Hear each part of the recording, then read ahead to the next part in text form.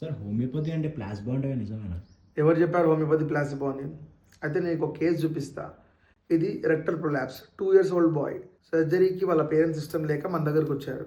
హోమియోపతితోనే కంప్లీట్‌గా క్యూర్ చేస్తాను. ఇంకో కేసు చూపిస్తా. ఇది సోరియాసిస్ 6 ఇయర్స్ నుండి సఫర్ అవుతున్నాడు. ఓన్లీ హోమియోపతితో పర్మనెంట్‌గా క్యూర్ చేస్తాం. ఇలాంటి ఎన్నో thousands of cases with evidence based results మేము హోమియోపతితో క్యూర్ చేస్తున్నాము. అలాంటి హోమియోపతిని ప్లాసిబో అని ఎలా అంటారు? అయితే నిన్న క్వెషన్ అడుగుతా. ఏంటి సార్? హోమియోపతి ప్లాసిబో అని అనేవాళ్ళు, వాళ్ళు కూడా అదే ప్లాసిబోతో క్యూర్ చేయొచ్చు కదా! మరి వాళ్ళు ఎందుకు ఇన్ని యాంటీబయాటిక్స్, స్టెరాయిడ్స్ ఇచ్చి ఒక పేషెంట్‌ని డ్యామేజ్ చేస్తున్నారు? హోమియోపతి అనేది ఎన్నో ఇయర్స్ నుండి ఒక సైంటిఫిక్ ఎవిడెన్స్‌తో, సైంటిఫిక్ స్టడీతో నడుస్తుంది. హోమియోపతి ద్వారా ఎన్నో అబ్నార్మల్ రిపోర్ట్స్ నార్మల్ అవుతున్నాయి. ఎన్నో సర్జికల్ కేసెస్ సర్జరీ లేకుండా క్యూర్ అవుతున్నారు. ఎంతోమంది స్టెరాయిడ్స్‌తో అడిక్ట్ అయిన వాళ్ళు నేచురల్ హీలింగ్‌తో క్యూర్ అవుతున్నారు. సో మీరు ప్లాసిబో అనే ముందు దీని గురించి బాగా రీసెర్చ్ చేసి రండి.